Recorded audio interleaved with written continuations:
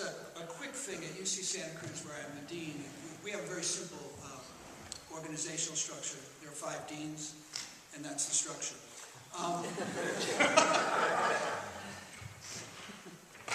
You know, I want to be clear at the beginning. As a new dean, I'm going to take some risks and maybe move it in a little different direction. My passion and commitments are to the arts, which doesn't say I don't feel that I am a superb supporter of the institution as a whole, but my commitment is to the arts.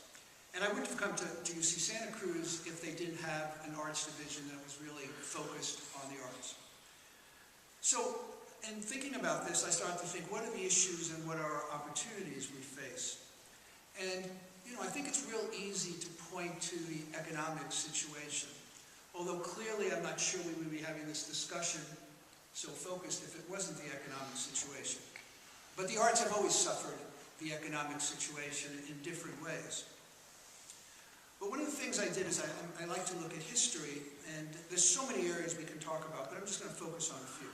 So I looked at how UC Santa Cruz in general and how the arts got into the position that it's in today. And clearly there were goalposts that were set up that caused the same mortgage crisis in the university. When you set up systems that say by increasing enrollment you get new resources of money, you focus on one thing. How do you increase students without understanding all the ramifications of what that increase would be, or if all of a sudden the game plan changes and that is not where you're focused and now you have all these students and you don't have the resources. So at UC Santa Cruz, for instance, we create graduate programs without funding for the graduate programs. We create TA shifts without long-term sustainable funding for the TA shifts. You know, we can put blame on departments, on deans, on senates, on universities, on the office of the president, but in fact, we all mortgage our future when we make these kinds of decisions. So the real question that I pose to myself, and I've been there just 1 year, so I came at the perfect storm time. As my colleagues on the East Coast say, boy, you made a really great decision. But the real question is, can we build a long-term sustainable model for excellence in the arts? And it's the excellence side that I really focus on, but it's also the financial side. And in fact, we are in the business of teaching and doing research and doing service and producing new knowledge. But we must begin to ask ourselves some really tough questions. And these are questions I ask myself. So has some of our curriculum grown old? Is it at a point that it grew because faculty wanted it to grow, but it needs to be trimmed, altered, changed?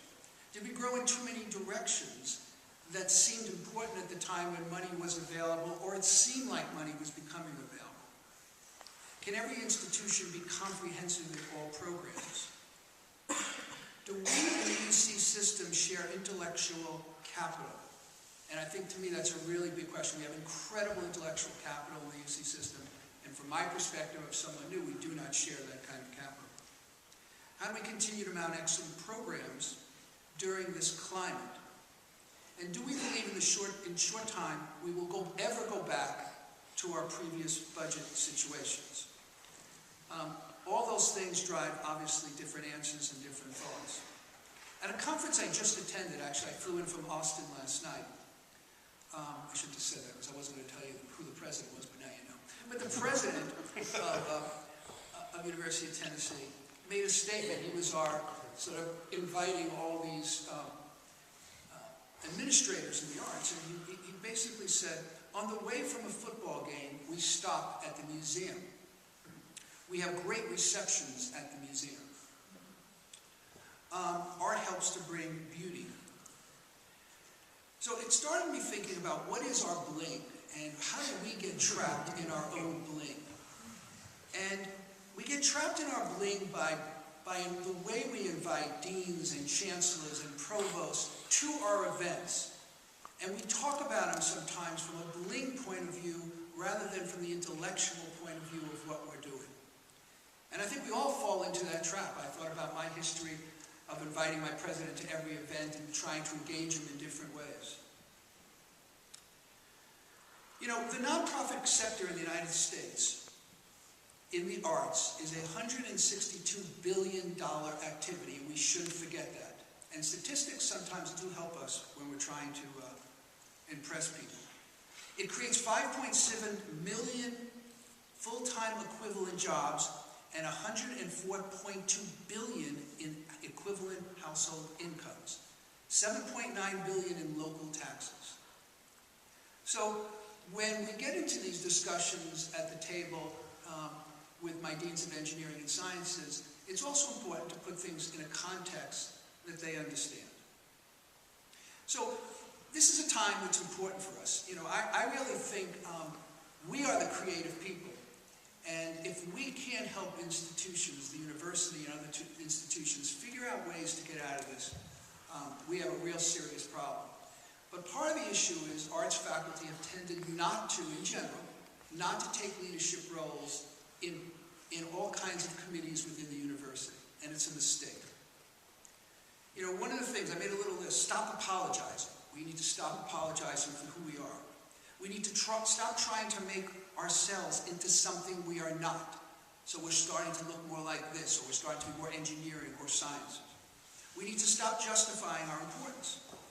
We need to engage to help innovate within the university and on a larger scale.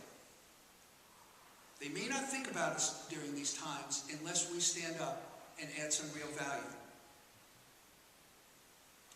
New collaborative opportunities are available, and many, many, many artists are leading the way in collaborating in their discipline and across disciplines.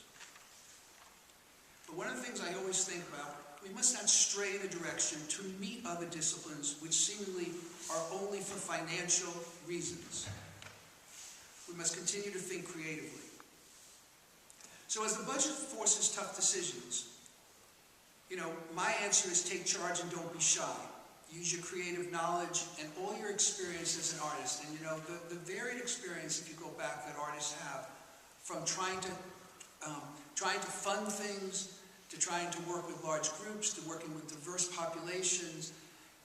Most faculty in many other areas do not have that, and it's important. Given the budget, we cannot stay the same. We have two choices the way I look at it. We could die a slow death if we choose that option because we haven't presented any other alternatives. And we could allow other people, whether it's deans or provosts or EDCs or whatever, to make decisions for us if we don't actively take charge of those decisions and come up with solutions. And as many of you know, one of the things most EDCs love is, here's the problem, but here's the solution. We must create those solutions.